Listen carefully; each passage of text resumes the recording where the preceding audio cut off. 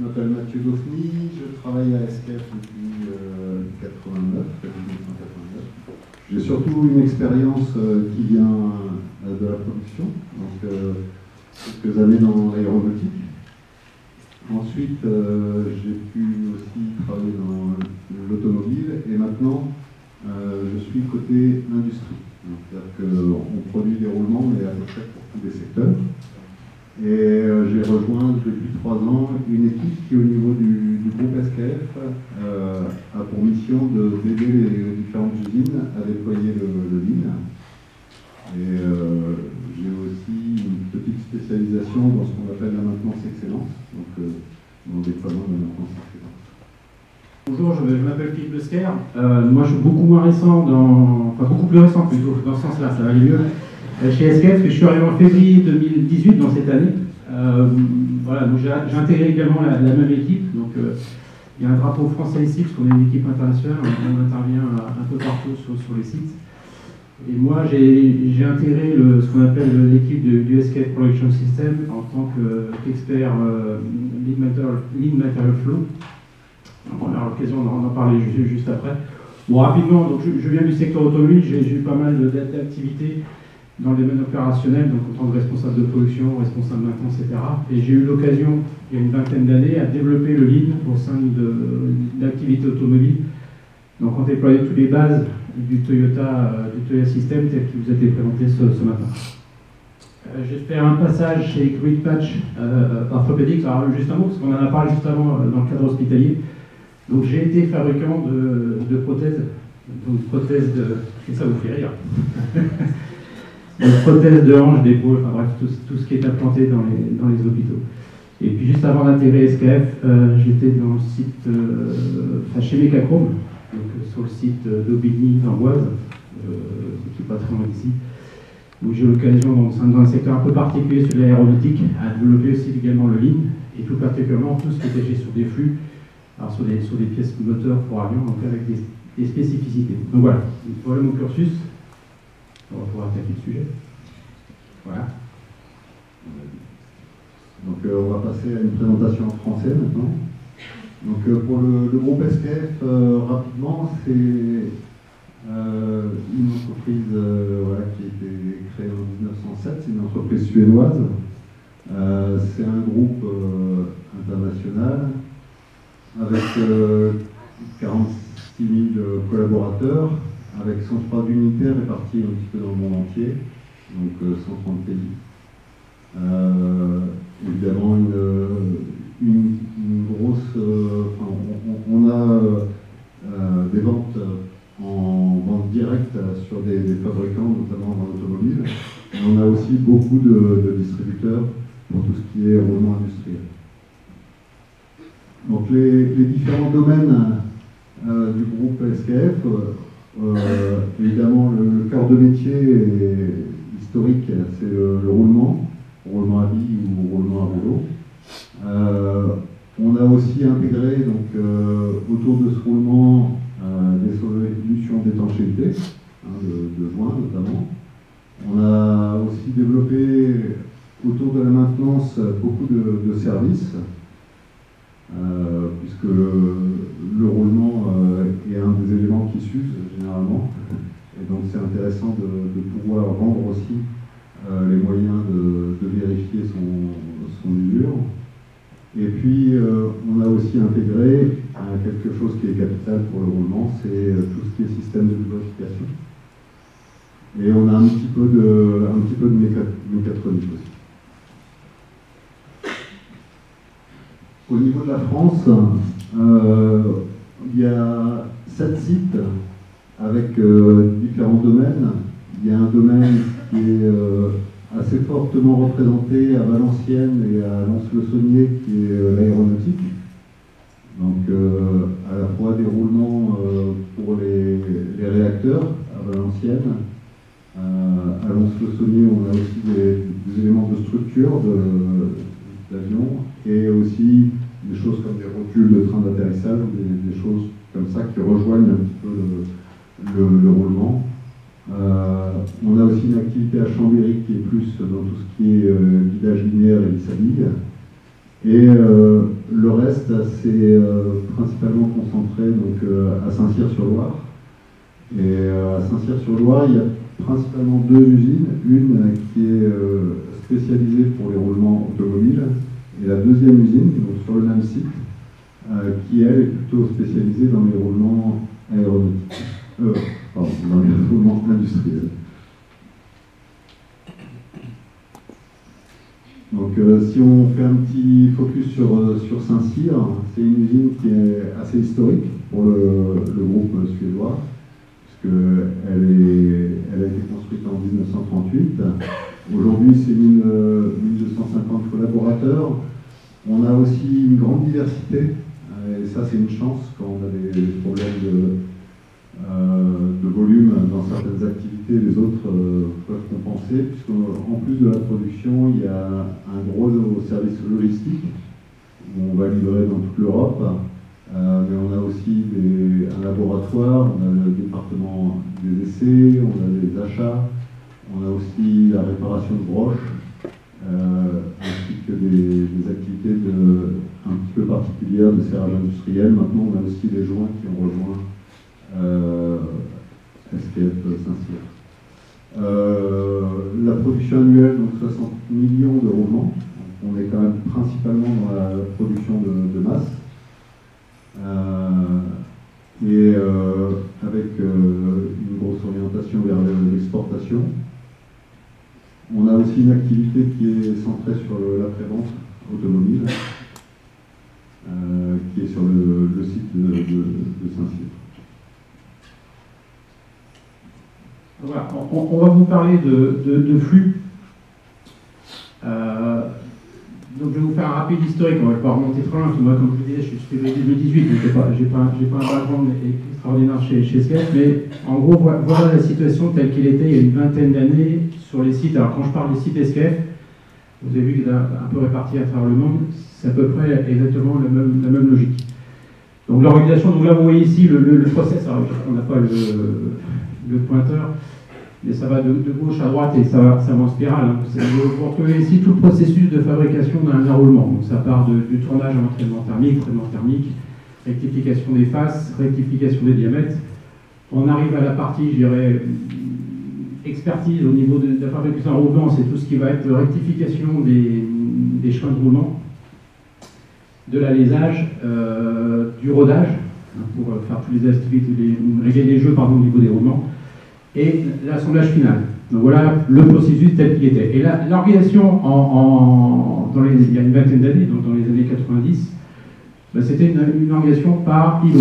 Donc, Mathieu vous a dit c'est plusieurs millions de roulements fabriqués sur un site.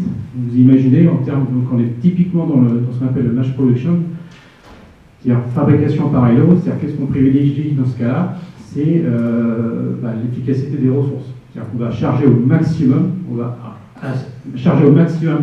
les ressources. Quand on dit ressources, c'est aussi bien les machines que les opérateurs, en tout cas toutes les équipes de production, donc elles travaillent par métier. Et comme il y avait un QCM tout à l'heure, qui était pris au QCM, qu'est-ce qui se passe dans ces cas quand on a une organisation de ce type-là?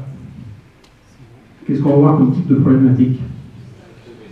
Voilà, les stocks. C'est-à-dire qu'on va avoir des flux qui vont être extrêmement complexes.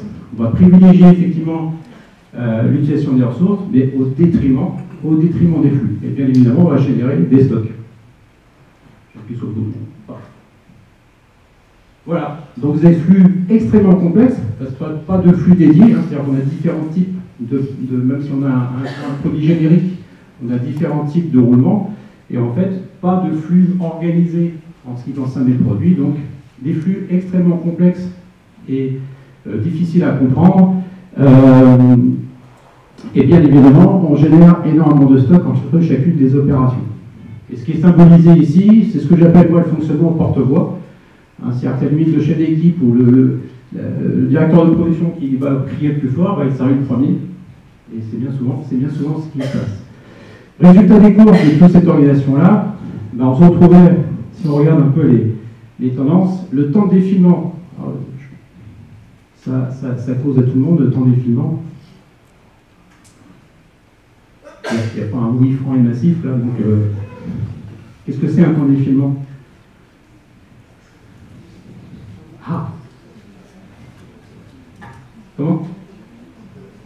Voilà, c'est ce qui rentre, tout ce qui va rentrer, et la vitesse à laquelle ça va pouvoir sortir.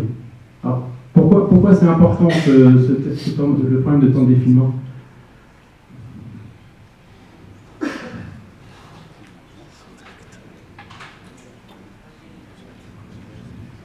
Il y a deux choses. La première chose, on en a parlé ce matin, c'est le client. C'est-à-dire, plus je vais avoir un délai long, temps de défilement, c'est entre le moment où le client va passer sa commande et le moment où il va livrer, plus le temps de défilement va être long, bien évidemment, plus il va attendre ce besoin.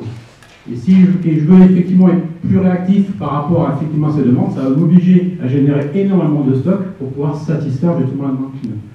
Et si je génère du stock en interne, évidemment, j'ai un problème de free cash flow. Puisqu'évidemment, ce que je vais payer pour entrer ma matière, je vais devoir attendre de pouvoir sortir ma matière, produit fini, pour pouvoir capitaliser, enfin recevoir le paiement de mes clients. Donc là, on était sur plusieurs mois de défilement, et bien évidemment, conséquence, le service rendu aux clients était très inférieur aux attentes. Donc là, il y a eu une grosse remise en question chez SKF, donc il y a un peu plus d'une vingtaine d'années maintenant. Et ce qui a été décidé, c'est d'organiser le flux de cette manière-là. C'est-à-dire qu'on est parti d'une logique par îlot à une logique de flux. Et là, ça a été une révolution chez SKF, parce qu'il a fallu qu'on reconcevoir complètement l'ensemble des usines, c'est-à-dire l'organiser de cette manière-là. C'est-à-dire qu'on a mis en place, SKF a mis en place ce qu'on appelle des channels, c'est-à-dire qu'on a regroupé l'ensemble des activités de rectification, de tournage après traitement thermique en une seule ligne. Donc là, on retrouve effectivement un des concepts du Lean Material Flow, qui est de dire je vais avoir un flux continu partout où je peux l'avoir. C'est-à-dire en clair, j'ai mis en place des machines liées entre elles, avec un système de FlexLink, ce qui me permet effectivement, lorsqu'une pièce entre au début du channel, eh bien, on n'a pas d'autre choix que de sortir sur cette même channel. Donc on réduit considérablement à la fois les stocks et bien évidemment le temps de défilé. Donc gros investissement, c'est un développement qui a duré à peu près une dizaine d'années. Et comme je disais, donc a repris les concepts du flux tiré en mettant en place physiquement les flux dans les ateliers. Autre concept qui a été retenu, c'est de ne pas saturer, contrairement à ce qui était fait au préalable par un travail avec une organisation par îlot, c'est ne surtout pas saturer les moyens partagés. Pour garder de la capacité en réserve en fonction de ce qui est tiré en aval. Donc, ce qui était le cas, entre autres, pour le traitement thermique. Autre concept qui a été mis en place, c'est les systèmes de cadence. Donc, si je vous parle de takt time, c'est quoi le takt time? C'est la cadence, c'est la reproduction de la cadence demandée par le client. C'est-à-dire qu'il va avoir un besoin qu'il va exprimer, et en fonction de ce besoin, du volume dont il a besoin, on va définir une cadence. Donc le système a été mis en place, on a mis un système de cadence en place au niveau des lignes d'assemblage, et ce système de cadence, vous pouvez on permet de battre le rythme de notre production par rapport aux besoins clients. Et tout le dispositif était conçu pour tirer la matière de l'assemblage, du début de la chaîne, du tournage avant traitement thermique jusqu'à l'assemblage. Donc voilà le concept qui a été mis en place il y a une vingtaine d'années. Qu'est-ce qui manque là? Il y a quelque chose qui n'a pas fonctionné. Pas complètement en tout cas. Parce que ça a permis considérablement de réduire le temps d'effilement, puisqu'on est passé à plusieurs mois à quelques jours. Aujourd'hui, on est à peu près à 2 semaines de temps d'effilement. Et bien évidemment, les clients aujourd'hui sont satisfaits par rapport à l'attente. Mais à la mise en place, il a manqué quelque chose.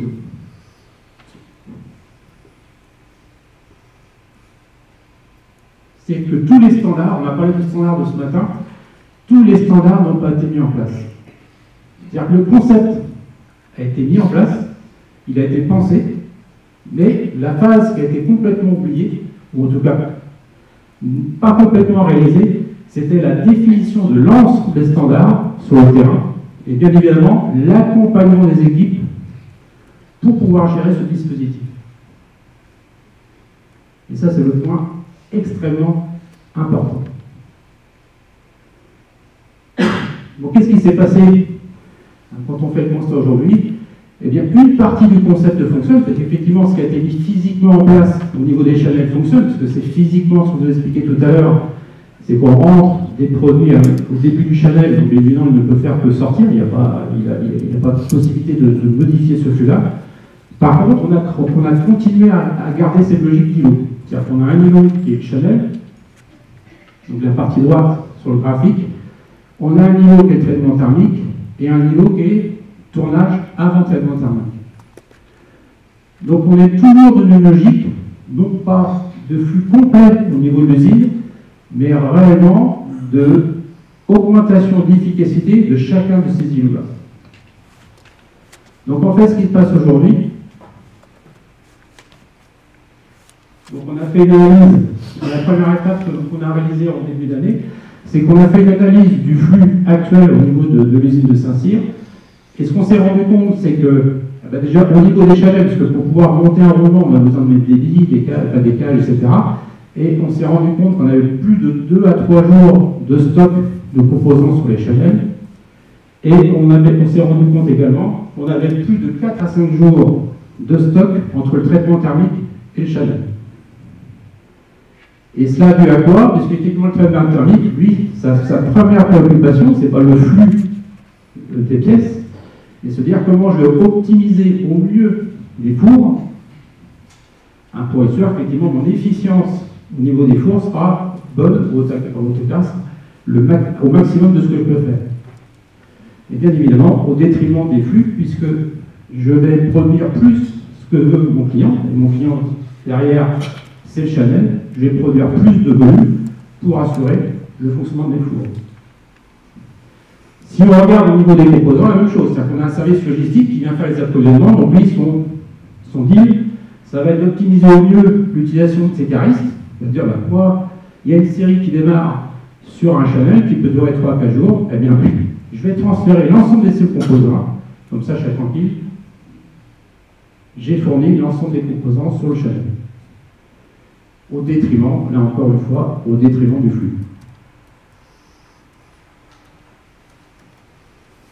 Voilà, donc une fois qu'on a eu la cible, avec l'aide de Philippe, donc, qui est un petit peu notre spécialiste du Lean Material Flow, on a attaqué la première boucle. Et la première boucle sur laquelle on s'est concentré, c'est sur l'approvisionnement des composants. Donc comme il a dit, on avait une logique d'apporter tous les composants avant chaque lot de fabrication dans une zone, à proximité des lignes de fabrication. Et comme vous pouvez voir, c'était un petit peu empaqué. Donc la première chose, ça a été de repartir sur les basiques, notamment le 5S, le management visuel, et de permettre d'avoir non plus tous les composants en début de lot, mais d'approvisionner les composants au fur et à mesure du besoin de la ligne, et en fonction de la consommation de la ligne. Donc on a commencé vraiment de façon très pragmatique avec les opérateurs, évidemment, qui étaient les premiers clients, et puis aussi les caristes, c'est tout le service logistique, qui eux ont à approvisionner ces composants. On a aussi, on parlait de rituel aussi au début, ça a été aussi quelque chose d'essentiel. On a aussi ritualisé la façon pour les caristes d'apporter ces composants au fur et à mesure. Donc on a démarré modestement en leur demandant toutes les 6 heures de passer sur la ligne et d'apporter en fonction des consommations avec un visuel très simple, rouge, jaune, vert, et de compléter les approvisionnements en fonction de la consommation. Ça a été aussi un des points essentiels, et c'est pour ça qu'on a voulu démarrer doucement, c'était la confiance de la production. C'est-à-dire que la production, au départ, eux, ils avaient l'habitude d'avoir tout leur matériel en début de lot, et ça les rassurait quelque part. Donc il a fallu aussi leur montrer que tous les jours, on vérifiait bien que le système fonctionnait correctement et qu'il ne tombait pas en rupture d'approvisionnement. Et un autre aspect sur lequel on a travaillé, c'est l'aspect ergonomique parce qu'effectivement, tous les contenants que vous voyez ici, ce sont des palettes. Donc, dans chacune des palettes, on a des composants, et en fait, ce qui était demandé à l'opérateur, c'est de transporter ces palettes pour l'animation de travail, déballer les palettes, etc. Donc, bien évidemment, des postes qui n'étaient pas organisés, qui n'étaient pas conçus pour justement éviter tous ces mouvements inutiles. Donc, pour pouvoir faire adhérer l'ensemble des opérateurs et des carrières justement à cette démarche, c'était de prendre en compte également tous ces aspects ergonomiques et sécurité. Point extrêmement important. Donc, on a dû d'abord rassurer le client, qui en l'occurrence c'est la production, lui montrer qu'il y avait zéro rupture de composants. Et en faisant aussi cette action, on leur a montré qu'on pouvait libérer énormément d'espace au niveau des zones de travail, et ce qui va nous aider aussi pour la suite. On a aussi commencé à réduire le déplacement des opérateurs pour aller chercher ces composants, même si pour l'instant ils sont encore avec des contenants qui sont des contenants massifs. Donc on est passé à l'étape suivante. Donc là, l'étape suivante, c'est la mise en place d'un petit train. C'est-à-dire que là, on a convaincu l'ensemble de la production, on a convaincu effectivement la logistique, ça fonctionne, il n'y a pas de rupture. L'organisation du travail se trouve améliorée, l'opérateur a moins de tâches à réaliser, enfin moins de tâches inutiles en clair, ce que je vous expliquais tout à l'heure.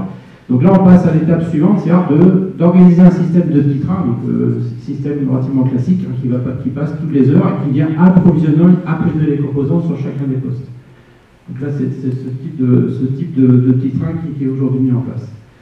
Donc la réduction effectivement, donc là on a un train qui va passer toutes les heures avec un système de Kanban classique. Enfin bref, c'est quelque chose qui se met progressivement. Mais là vous voyez la progression qui a été mise en place.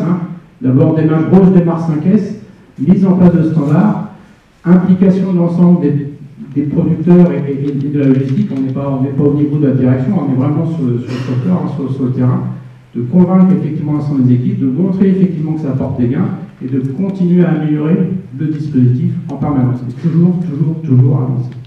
Aussi un gros travail qui a été fait avec la logistique, puisque pour eux ça va représenter un changement total de métier. Aujourd'hui, enfin jusqu'à présent, c'était vraiment des conducteurs de transpalettes, et ils déplaçaient des grosses palettes en bois d'un emplacement à un autre. Maintenant, ce qu'on va leur demander, c'est d'apporter à la boîte ou au sachet plastique exactement les composants sur la ligne de production. Donc les gars, aujourd'hui, c'est qu'il n'y a plus de retour de composants, parce qu'effectivement, lorsqu'on avait toute la série d'un seul coup, pour différentes raisons, la série pouvait ne pas se terminer, donc il fallait ramener les composants au magasin, donc là encore des transports inutiles. On n'a plus de surface de stockage utilisée sur le bâtiment. Ce qui fait que cette surface-là, c'est la surface productive, on va pouvoir soit mettre des investissements supplémentaires ou organiser différents ateliers.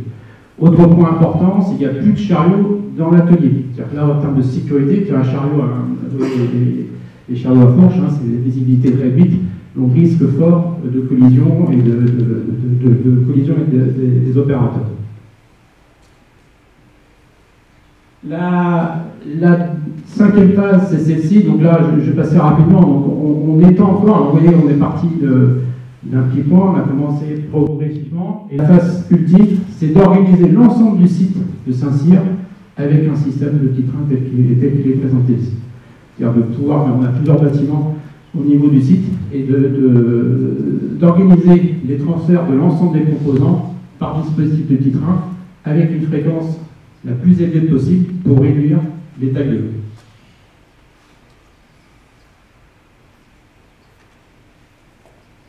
Alors le retour d'expérience, donc là la photo qui est présentée ici, c'est ce qu'on a fait avec les équipes. Alors, on est allé voir, là aussi un point important, c'est qu'on a mis en place un concept de client-fournisseur. Quand je suis arrivé chez SKF, on n'a pas forcément la vision de ce que veut le client. Bon, ce qui est très extrêmement important quand on parle de flux, la première chose à visualiser, qu'est-ce qu'il veut le client? Si je ne sais pas ce qu'il veut, la seule chose que je peux vérifier, c'est est-ce que moi je tourne bien, mais est-ce que je tourne bien par rapport à mon client, j'en sais rien. Donc, de visualiser effectivement ce que veut le client. Et ce concept-là est mis en place également en interne. C'est-à-dire, moi je suis opérateur sur ma machine, où est mon client? Qu'est-ce qu'il veut? Mon but à moi, c'est pas de faire tourner ma machine, c'est de satisfaire mon client. Et même s'il faut que j'arrête ma machine, si mon client est satisfait, tout va bien.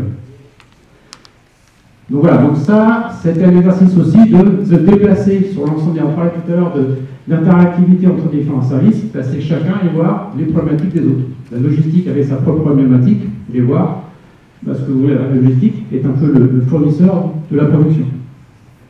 La production avait des contraintes, la logistique en a aussi. Donc les producteurs comprennent également les contraintes de la logistique.